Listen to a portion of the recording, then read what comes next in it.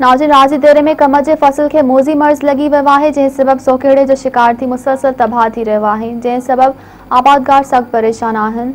वधीक तफ़सील ॾिसूं था इदरीस अब्बासी जी हिन रिपोर्ट में।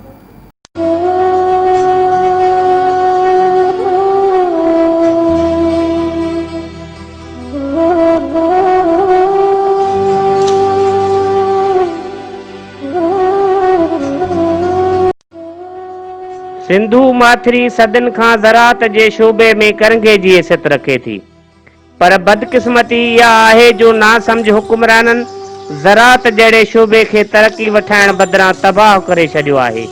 उन जो मुख्य कारण हुकूमत जी नाअहली, काहिली ऐं उहे पॉलिसियूं जेके हारी दुश्मन ऐं आबादगार दुश्मन पॉलिसियूं आहिनि। हिक तरफ़ सिंध में पाणी जी खोट जो मसइलो आहे त ॿिए तरफ़ ॿिज ऐं भाण महांगा आहिनि। ॿिज, भाण ऐं ज़रई दवाऊं बि नकुली विकामनि थियूं। उन जो ज़िम्मेवार केरु आहे? ज़राअत खाते जा ऑफिसर मुफ़्त में पघारूं खणनि था, उन्हनि तरफ़ां आबादगारनि खे फसलनि बाबति का बि आगाही नथी ॾिनी वञे। हिन वक़्तु राज़ी देरो ऐं भर पासे जे देन में हज़ारे एकड़ कमंद जो फसल सोकाड़े जे बीमारीअ सबबि तबाह थियण लॻो आहे। कमंद जा पन सुकण सबबि फसल जी वाध वीज नथी थी सघे। मिलंदड़ ज़हरीली दवाऊं, भाण मार्केटनि में नकुली अची चुको आहे, जंहिं सबबि हारियुनि जो वॾो नुक़सान थिए थो।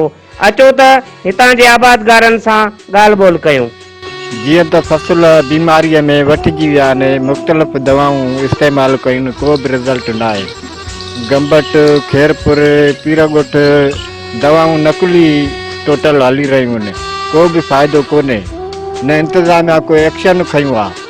असां हारी तंग थी चुका आहियूं। असां वञूं त वञूं काॾे, को बि रिज़ल्ट न मिलियो आहे अॼु ॾींहं ताईं। कमंद सड़ी विया, सॼो सुकी मथूं, ऐं उन लाइ को बि माना हल न आहे। हरजी थिया आहियूं, ख़र्च वराए वराए करे करे जेको आहे हरजी थिया आहियूं। ज़राअत खातो को ज़ाहिर ई कोन्हे। असांजे पोखूं तबाह थी रहियूं। हिक तरफ़ मौसम ऐं ज़मीनी तब्दीलियूं अची चुकियूं आहिनि ऐं किन इलाइक़नि में कुझु फसल नथा पोखजनि, पर हिन जदीद दौर में बि हिते पुराणे ज़माने वांगुरु तवक्कल ते पोखाई थिए थी। हुकूमत खे घुर्जे त ज़राअत जे तरक़ीअ लाइ अहिड़ियूं पॉलिसियूं जोड़े ज़रई ऑफिसरनि खे फील्ड में छॾियो वञे ऐं हारियुनि ज़मींदारनि खे जदीद ॼाण ॾेई फसलनि खे तबाहीअ खां बचायो वञे ऐं मार्केट में मौजूदु नकुली ॿिज, भाण ऐं नकुली ज़रई दवाउनि जे विकिरे खे रोकियो वञे। कैमरामैन सिराज अमन सां गॾु इदरीस अब्बासी, मेहरान टीवी, राज़ी देरो।